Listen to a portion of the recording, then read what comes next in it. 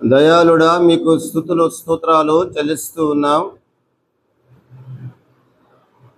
June మాసము 15వ తేదీ ప్రభుదినం ఆదివారం ఆరాధనకు మీరు సమకూర్చినందుకై కృతజ్ఞతాస్తుతులు చెల్లిస్తూ ఉన్నాం. మా అందరితో మీరు మాట్లాడి నూతనపరిచి పరిశుద్ధపరిచి మీకు మహిమకరముగా మీ రాకడ వరకు ఈ భూమి మీద జీవించుటకు సహాయం చేయమని యేసుక్రీస్తు గణనామమున స్తుతించి ప్రార్థించి వేడుకొనుచున్నాను ప్రియా పరలోకపు తండ్రి, ఆమేన్.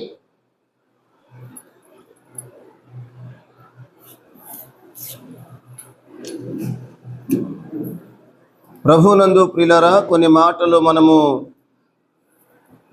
చదివి ధ్యానం చేసుకుందాం.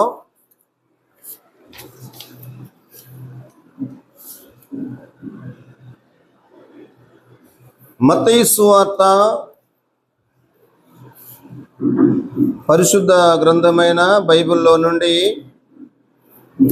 మత్తయి సువార్త 18వ అధ్యాయం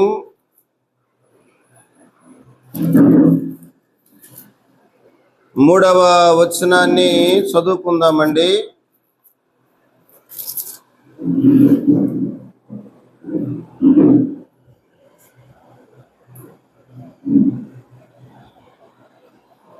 మత్తయి సువార్త 18వ అధ్యాయం మొదటి 3 వచనములు.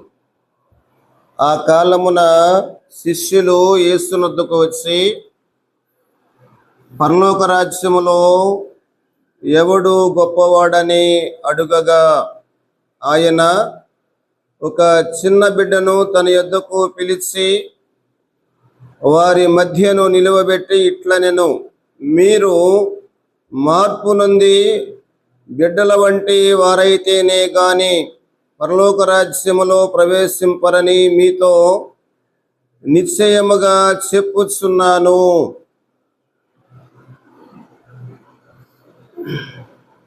ప్రియులారా, చదివినటువంటి మాటలు మనము గమనించినప్పుడు ప్రభులు వారు ఏర్పాటు చేసుకున్నటువంటి శిష్యులు ప్రభువుతో ఉన్నారు. అనేక పర్యాయములు ప్రభువుతో మాట్లాడుతున్నారు.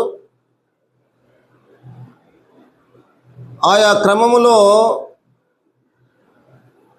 ప్రభువును ఒక మాట అడిగారు, అయ్యా మేము మీతో ఉంటున్నాం కదా,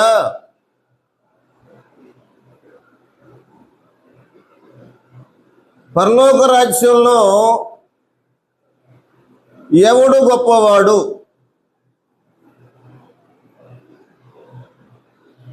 పరలోక రాజ్యములో ఎవడు గొప్పవాడు అనే ఒక సందేహము వారిలో కలగగా ప్రభులు వారిని అడిగారు. ఆ ప్రశ్నకు జవాబు సమస్త జ్ఞాని, అన్ని ఎరిగినవాడు, అన్ని చేసినవాడు, ఎలాంటి కఠినమైన ప్రశ్నకైనా సంపూర్ణంగా సమాధానము ఇవ్వగలిగినటువంటి సామర్థ్యము ప్రభులు వారికి ఉన్నది. అప్పుడు 3 విషయాలు వారికి తెలియజేశారు. మొదటి మాట ఏంటంటే, మీరు మార్పు నొంది బిడ్డల వంటి వారైతేనే పరలోక రాజ్యంలో గొప్పవారు కావాలి. పరలోక రాజ్యంలో మేము గొప్పవారము అని పిలువబడాలి అనే వారికి అర్హత ఏం చెప్పారంటే, మీరు మార్పు నొందాలి. మరి వారిలో మారు మనసు లేదా? వారికి ఆత్మ లేదా? ప్రభు యొక్క మహిమ కార్యాలు శిష్యులు చూసిన వారే. ప్రభు యొక్క శక్తివంతమైన మాటలు అనేక సార్లు మాట్లాడగా, ప్రభులు వారు చేసినటువంటి ఆ దైవ కార్యాలు అనేక సార్లు చూసిన వారే అనేక మంది పాపములో ఉన్నప్పుడు క్షమాపణ అనుగ్రహింపగా, అలాంటి అనుభవాలు కూడా వీరు కలిగిన వారే వీరితో మాట్లాడుతున్నారు. మార్పు కావాలి.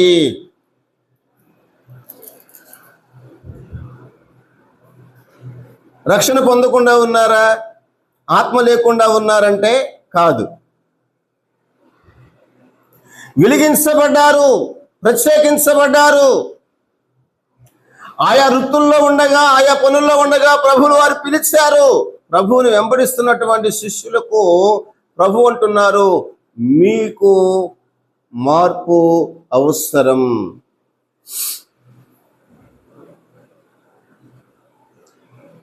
మార్పు లేకపోతే పరలోక రాజ్యములో మీరు గొప్పవారు కాలేరు. శిష్యులు ఆత్మపూర్ణుల వాళ్ళు. శిష్యులకి దేవుని యొక్క ప్రభావం ఉన్నది. ప్రియులారా, మార్పు చెందాలి అంటే ఒక విషయాన్ని మీకు అర్థమయ్యే రీతిలో జ్ఞాపకం చేస్తాను. పరిసయ్యుడు నికోదేము ధర్మశాస్త్రం అంతటిని కూడా చదివినవాడు, మాట్లాడినవాడు, ప్రవీణుడు. ధర్మశాస్త్రములో ఎక్కడ ఏ సందర్భం ఎలా ఉన్నదో చక్కగా చెప్పగలిగినటువంటి వాడు. ప్రభు అంటారు ఆయనతో, అయ్యా నీవు కొత్తగా జన్మించాలి అంటారు. జ్ఞానం లేక, వాక్యం తెలియక, వాక్యం బోధించిన వాడా నికోదేమండి? సమస్తము తెలిసినవాడు, పరిజ్ఞానము కలిగిన వాడు, వాక్యం తెలిసినవాడు, వాక్యం మాట్లాడినవాడు, ప్రార్థన చేసినవాడు అయినా నీవు మరలా తిరిగి జన్మించాలి. లేకపోతే పరలోక రాజ్యములో అసలు నీకు ప్రవేశము లేదు, అడ్మిషన్ లేదు. నా రాజ్యంలోనికి నీవు రాలేవు. పిల్లరా, ఈ వచనాన్ని మనం గమనిస్తూ ఉన్నప్పుడు ఆత్మపూర్ణమైనటువంటి మనం, రక్షణ పొందినటువంటి మనం, దేవుని ఆత్మ కలిగినటువంటి మనం, ప్రార్థన అనుభవం కలిగినటువంటి మనం, మార్పు అవసరం. ఎక్కడో చోట ఏదో ఒక పరిస్థితిలో దేవునికి ఆయాసకరంగా కానీ, మందిర విషయం నిర్లక్ష్యం కానీ, అనేకమైనటువంటి అవిధేయతలు మనలో వస్తున్నప్పుడు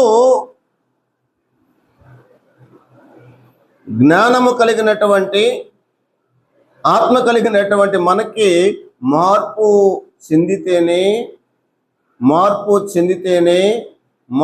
చెందితేనే పరలోక రాజ్యంలో గొప్పవారంగా ఉంటారు. అసలు ప్రియులారా,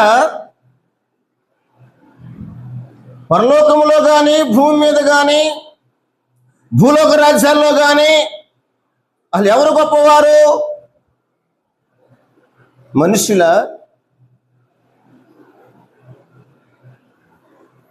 మనుషులను సృజించిన దేవుడా?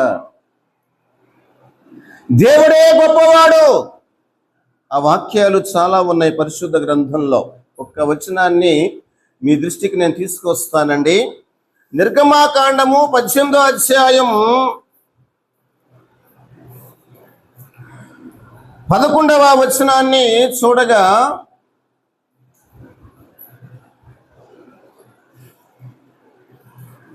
చదవండి ఎవరైనా.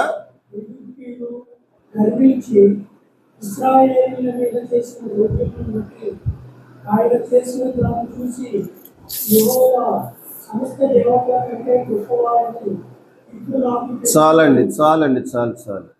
సమస్త దేవతల కంటే దేవుడు గొప్పవాడు.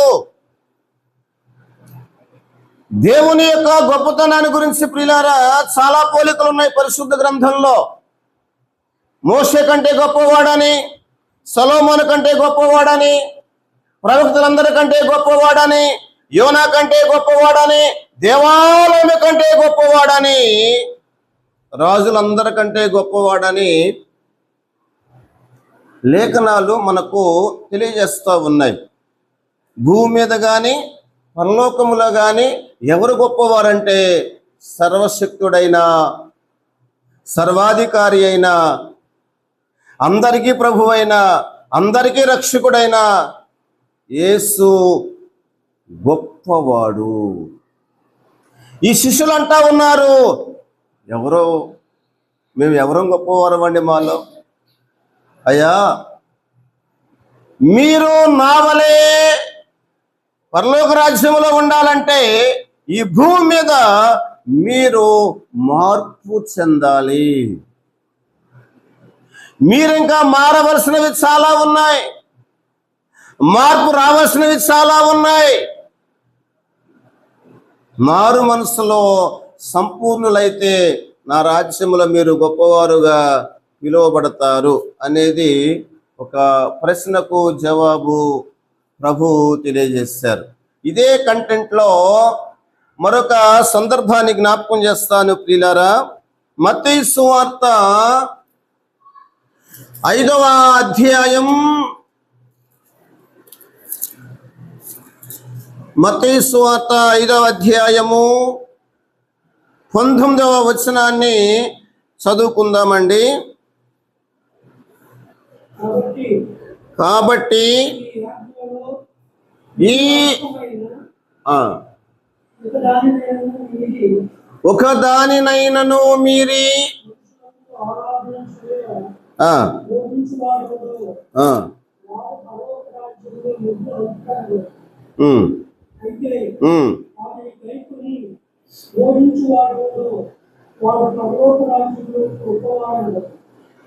అయితే వాటిని గైకొని బోధించువాడు ఎవడో వాడు పరలోక రాజ్యములో గొప్పవాడనబడును. రెండవ సందర్భాన్ని జ్ఞాపకం చేస్తూ ఉన్నాను. దేవుని ఆజ్ఞలు చదివినా వింటున్నటువంటి మనం,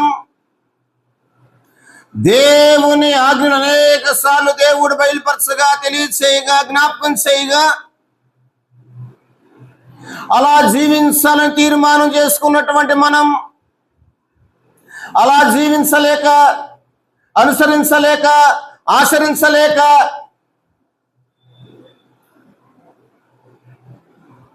ఉన్నవారు పరలోకములో మిగుల అల్పుడు అనబడును. విని ఆచరణ లేని వారు, ఉపదేశము విని, ఆజ్ఞానుసారమైన వాక్యం విని అనుసరింపని వారు పరలోక రాజ్యములో అల్పుడే కాదు మిగుల అల్పుడు అని పిలువబడతారు. అయితే వాటిని అనగా పరిశుద్ధులైనటువంటి, పరిపూర్ణులైనటువంటి భక్తుల ద్వారా దేవుడు రాయించినటువంటి ఆజ్ఞలను విని అనుసరించి జీవించే వారి యొక్క బ్రతుకులు, జీవించే వారి యొక్క, బోధించే వారి యొక్క జీవితాలు పరలోకములో గొప్పగా ఉంటాయి. మొదటి అనుభవంలో మార్పు నొందిన వారు గొప్పవారని, ఈ రెండవ అనుభవంలో ప్రియులారా దేవుని ఆజ్ఞలను విని శ్రద్ధగా విని అంగీకరించి అవలంబించి అనుసరించి బోధించి నడుచుకునేవారు పరలోక రాజ్యములో గొప్పవారుగా పిలువబడతారు. మరొక ఇదే కంటెంట్లో మరొక అనుభవాన్ని మీ దృష్టికి తీసుకొస్తాను. మత్తయి సువార్త 18వ అధ్యాయం ప్రియులారా 4వ వచనంలో మనము గమనించగలిగితే 4వ వచనం, కాగా ఈ బిడ్డ వలె తన్ను తాను తగ్గించుకున్నవాడు ఎవడో. ఇది మరొక క్రమం. ప్రభు దినమున ఈ ఆరాధనలో దేవుడు మనకు తెలియజేస్తున్నటువంటి, జ్ఞాపకం చేస్తున్నటువంటి పరిశుద్ధ లేఖనాలు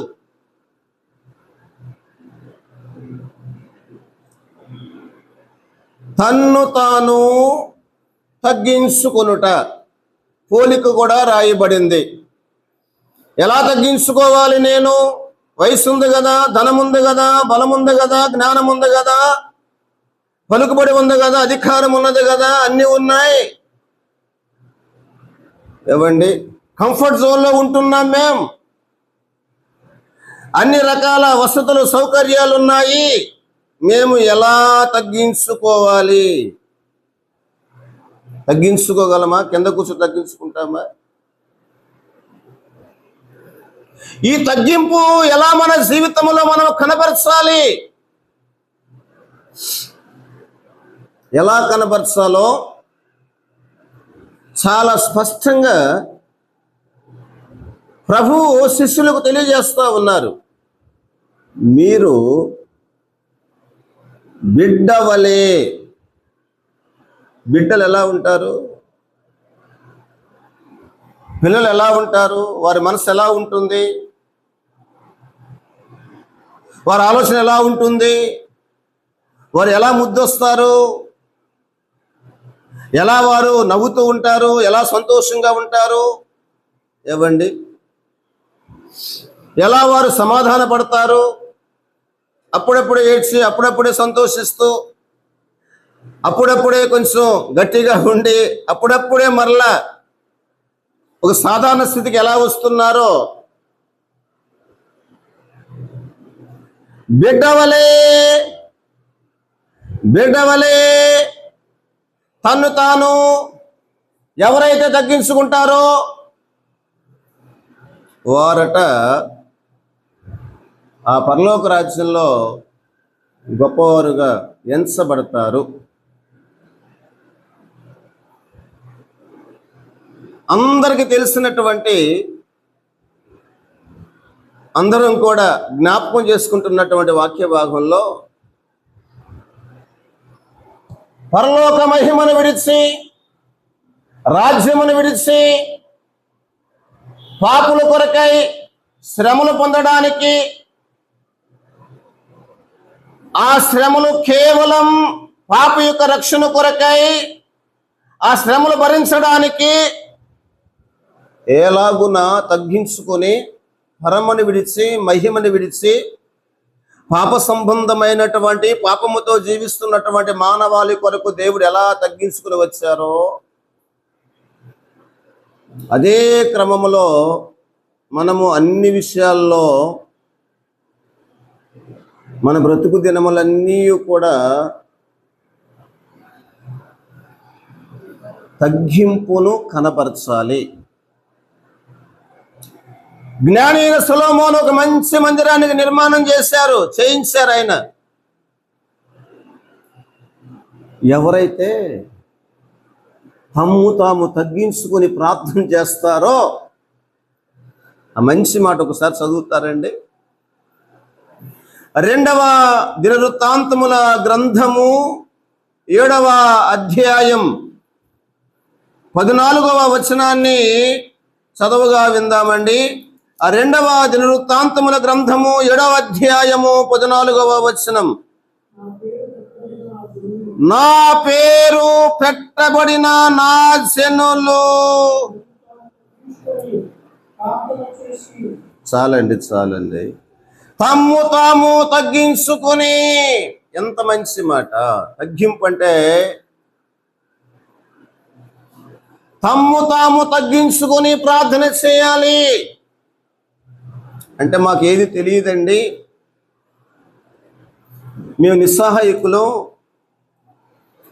మా బలము ద్వారా, మా మాట ద్వారా, మా తెలివి ద్వారా ఏమీ మేము ఎలాంటి విజయాన్ని పొందుకోలేం, ఏ శత్రువును కూడా, ఏ శత్రు సైన్యాన్ని ఓడించలేము, ఎదుర్కోలేము అని ఒప్పుకుంటూ రాజులైన వారు దేవుని సన్నిధిలో ఆ రీతిగా ఒప్పుకున్నారు గనక శత్రు రాజ్యాల మీద ఇశ్రాయేలీయులకు దేవుడు విజయం ఇచ్చారు. తమ్ము తాము తగ్గించుకొని, అంటే మేము నిస్సహాయకులము, మా బలము దేనికి ఉపయోగపడదు, మా జ్ఞానము దేనికి అక్కడికి రాదు, మా తెలివి ద్వారా మేమేమి సాధించలేము, ఫలించలేము. వీళ్ళారా, ఇలాంటి తగ్గింపు మనస్సు గనక మనకు ఉంటే పరలోక రాజ్యములో గొప్పవారంగా పిలువబడతారు. ఇదే క్రమంలో ఇంకా 2 సందర్భాలు మీకు నేను జ్ఞాపకం చేస్తాను. చదువుకుందాం ప్రియులారా, చదువుకుందామండి.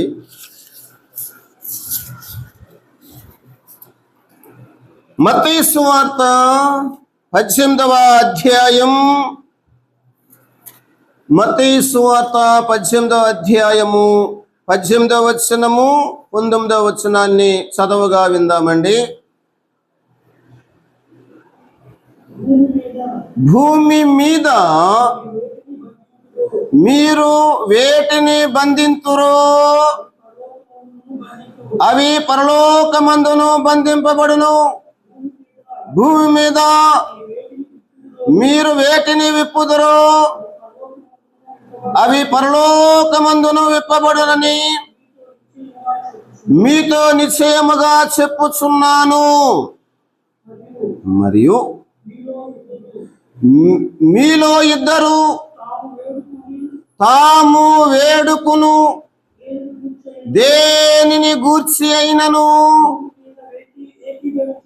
భూమి మీద ఏకీభవించిన ఎడల అది పరలోకమందున్న నా తండ్రి వలన వారికి దొరుకునని మీతో చెప్పుచున్నాను. వీళ్ళారా,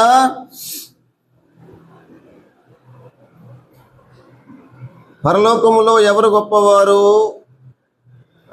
అనే క్రమములో ఈ వాక్యాన్ని మనం ధ్యానిస్తూ ఉన్నాం.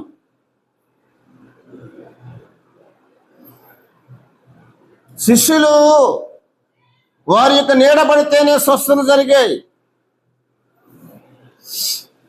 ప్రార్థిస్తే చనిపోయిన వారు తిరిగి లేపబడ్డారు. అలాంటి దైవశక్తి శిష్యులకున్నది. వారు దేవుని యొక్క వాక్యాన్ని మాట్లాడితేనే దేవుని యొక్క శక్తి అనేక మందిని తాకి, దేవుని యొక్క ప్రభావం అనేక మందిని తాకి అనేక మంది బలహీనులు బాగుపడ్డారు. బంధకాల్లో ఉన్నవారు విడుదల పొందుకున్నారు. వీళ్ళారా, ఎలా జరిగాయి? ఎలా ఆనాటి శిష్యులు చేశారంటే వారికి పరిశుద్ధాత్మ అభిషేకం ఉన్నది కనుక చేశారని ఎవరైనా మనము చెప్తాం. మనకు అభిషేకం ఉందా? ఆత్మ పరిపూర్ణత మనకుందా? ఆ పరిశుద్ధత మనలో ఉందా అనేది మనము ప్రశ్న వేసుకుంటే సమాధానము నోటి నుండి బయటకు రాదు. అయితే చదివినటువంటి వాక్య భాగంలో పరలోక రాజ్యంలో గొప్పవారు ఎవరంటే ఈ భూమి మీద ఏకీభవించే మనస్సు కలిగి ఉండేవారు. అక్కడ స్పష్టంగా ఉన్నది, భూమి మీద ఏకీభవించిన ఎడల, ఏకీభవించువారు ఎవరితో? వాక్యముతో. ఎవరితో? దేవునితో. ఎవరితో? సంఘముతో. సేవకుని యొక్క మాటతో ఏకీభవించేటువంటి మనస్సు. ఆ మనస్సు ప్రియులారా, ఆ ఆలోచన, ఆ తీర్మానం, ఆ జ్ఞానం పరలోక రాజ్యములో మనలను గొప్పవారినిగా చేస్తుంది. అలా ఏకీభించే మనసు మనకున్నప్పుడు సంఘములో ప్రియులారా, పరలోక రాజ్యములో నుండి ఈ భూమి మీద ఉన్నటువంటి మనము ఆశ్చర్యమైనటువంటి కార్యాలు చూడగలుగుతాము. కుటుంబములో, సంఘములో, వ్యవస్థలలో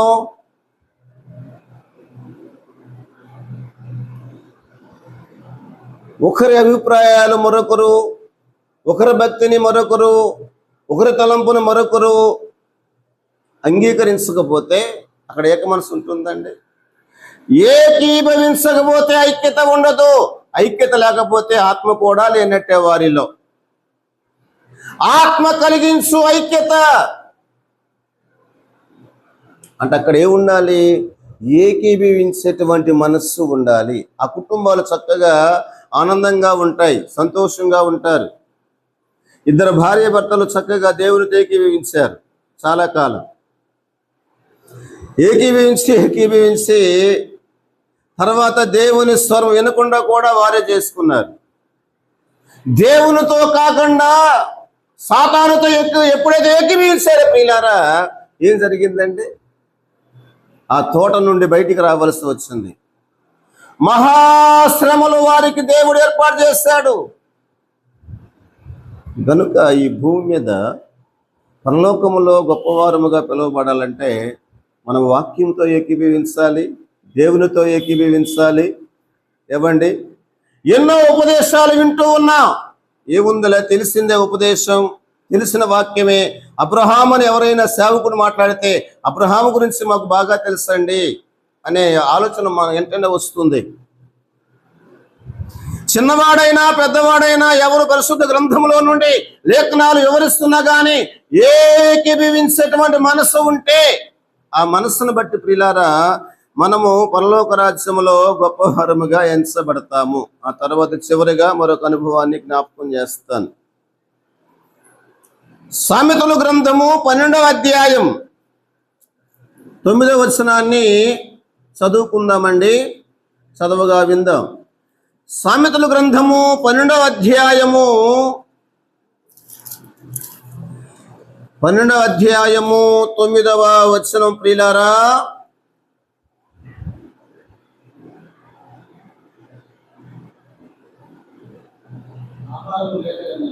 ఆహారము లేక యున్నను తనను తాను పొగడు కొనువాని కంటే దాసుడు గల అల్పుడు. చాలా మంది ప్రియులారా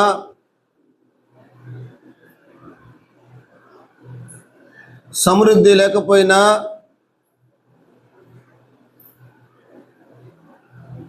వనరులు లేకపోయినా,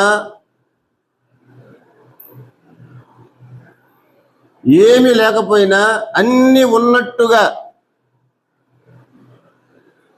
వారికి వారే పొగడ్తలు గొప్పగా చెప్పుకునేవారు చాలా మంది ఉంటారు. వారి పరిస్థితులు, వారి యొక్క స్థితిగతులు సరిగా ఉండవు. కానీ వారు ఏమని మాట్లాడుతున్నారు? తనను తాను పొగడుకునేవాడు అంటే ఎవరికి వారు, నేను గొప్పవాడినండి, నా భక్తి గొప్పది, నా ప్రార్థన గొప్పది, నా సేవ గొప్పది, నా మనసు గొప్పది, నా ప్రార్థన గొప్పది, నేను చాలా అన్ని విషయాలు గొప్పవాడిని అని అనుకున్నాము అంటే, నాకంటే ఇక గొప్పవారు లేరు అని తలంపు వస్తే అందరికంటే అందరికంటే అల్పుడుగా ఎంచబడతారట వాళ్ళు. తనను తాను పొగుడుకుని వాని కంటే దాసుడు గల అల్పుడు. దేనికి దాసుడు? నేను గొప్పవాణ్ణి, నాకు బలం ఉంది, నేను ఏదైనా సాధించగలను, ఎవరితోనైనా ఏదైనా మాట్లాడగలను, ఏ పని ప్రారంభించినా కానీ ముగించగలను, కొనసాగించగలను. వారి యొక్క శక్తి సామర్థ్యాల మీద ఆధారపడి మాట్లాడేవారు ఉన్నారు. నా బలం అండి, ఇది నా పని అండి, ఇది నా జ్ఞానం అండి, ఇది నేను సంపాదించుకున్నాను అని చెప్పేవారు చాలా మంది మనకు కనిపిస్తూ ఉంటారు. మరి దేవుడు ఏం చేస్తారు? మనమే చెప్పుకుంటండి, అన్నీ నా ద్వారా కలిగినవి, నేను చేస్తే, నేను సమకూర్చుకుంటే నేను చూస్తున్నాను అని మనమే చెప్పుకుంటే మరి దేవుడు మనకేం చేస్తున్నట్లు? ఇక్కడ వాక్యము ఇలా చాలా స్పష్టంగా ఉన్నది. వాని కంటే కూడా దాసుడు గల అల్పుడు. దాసుడు అంటే ఎవరండి? తక్కువవాడు, అందరి చేత తక్కువగా చూడబడేవాడు, ఎన్నిక లేనివాడు. దాసుడు అంటే ఒక రకంగా చెప్పాలంటే బానిస అని అర్థం. అసలు ఇప్పుడు ఐగుప్తు దేశంలోనికి కానీ బబులోను దేశానికి కానీ బానిసలుగా వెళ్ళారు భక్తులైన వారు, పరిశుద్ధులైన వారు. వారు అక్కడ దాసులే కానీ స్వాతంత్ర్యం లేనివారు. మాట్లాడడానికి కానీ, నిర్ణయాలు చేయడానికి కానీ, సలహాలు తీసుకోవడానికి, సలహాలు ఇవ్వడానికి కానీ ఏమాత్రము కూడా అధికారము లేనివారు దాసులు. అంటే చెప్పింది చేయటమే వారి పని. ఒక అధికారి చెప్తే, ఒక వ్యక్తి చెప్తే ఆ దేశస్తులు అది చెప్పింది తూచా తప్పకుండా జరిగించడం. వారు సొంతగా ఏమి నిర్ణయాలు చేసుకోకూడదు, సొంతగా ఏమి పని చేయకూడదు. దాసులకి ఎలాంటి అధికారము ఉండదు. ఇక్కడ ఎంత మంచి మాట అంటే దాసుడుగా గల, అంటే దాసుడు ఎవరంటే అల్పుడు అని అర్థం. దాసుడు అక్కడే వాక్యంలో ఉంది. దాసుడు ఎవరు? అల్పుడు, ఎన్నిక లేనివాడు, గుర్తింపు లేనివాడు, గౌరవం లేనివాడు, స్వాతంత్ర్యం లేనివాడు. ఇలాంటి దాసుడట గొప్పవాడు. దాసుడు గల అల్పుడు, అక్కడే అసలు అర్థం కూడా ఆడ చెప్పాడు సొలొమోను. దాసుడు అల్పుడు, అల్పుడు గొప్పవాడు. దేనికి దాసుడుగా ఉండాలి? సత్యానికి, దేవునికి, పాపానికి కాదు, నీతికి, పరిశుద్ధతకు, యథార్థతకు, భక్తికి. ఏమండి, ప్రార్థనకు దాసులం అయిపోవాలి మనం, దేవునికి దాసులం అయిపోవాలి మనం. అప్పుడే దేవుని వారసులం అవుతాం, అప్పుడే గొప్పవారం అవుతాం. లోకానికి కాదు ప్రియులారా, కులానికి కాదు ప్రియులారా, ధనానికి కాదు, స్త్రీకి కాదు. మనం ఎవరికి దాసులం కావాలంటే దేవునికి. ఎవరైతే దాసులు అవుతారో, దాసులైన అల్పుడు గొప్పవాడు. అల్పుడే, ధనము లేనివాడే, అధికారము లేనివాడే, సంపద లేనివాడే. ఏవండి, అల్పుడైన, దేవునికి దాసుడైనటువంటి అల్పుడు గొప్పవాడు. గనుక ప్రియులారా, శిష్యులు ప్రభువుని ఏమడిగారో చక్కటి వివరణ, ఆ ప్రశ్నకు చక్కటి జవాబు యేసు ప్రభుల వారు 3 సందర్భాల్లో మాట్లాడారు. ఆ తర్వాత జ్ఞాని అయిన సొలొమోను తెలియజేస్తా ఉన్నాడు. ఎవరు గొప్పవాడంటే దాసుడు గల అల్పుడు గొప్పవాడు. కనుక మన జీవితాల్లో ప్రియులారా, ఈ రీతిగా ప్రభు చెప్పిన క్రమములో మనం జీవించడానికి తీర్మానం చేసుకుందాం. అటు రీతిగా దేవుడు మనకు సహాయం చేసి బలపరిచి నడిపించునుగాక. ఆమేన్. పరిశుద్ధుడైన తండ్రి, మీకు స్తుతులు స్తోత్రాలు చెల్లిస్తూ ఉన్నాం. ప్రభు దినము ఆదివారం ఆరాధనలో జూన్ మాసము 15వ తేదీ పరలోకములో గొప్పవారు ఎవరు, ఆ సందర్భాన్ని మాకు జ్ఞాపకం చేసి ఆ వాక్యము ద్వారా మమ్మల్ని అందరినీ కూడా బలపరిచి దీవించినందుకే స్తుతులు స్తోత్రాలు చెల్లిస్తూ అట్టి క్రమములో మేమందరము కూడా జీవించడానికి నడుచుకోవడానికి సహాయం చేయమని యేసుక్రీస్తు గణనామములో స్తుతించి ప్రార్థించి వేడుకొనుచున్నాను. ప్రియ పరలోకపు తండ్రి, ఆమేన్.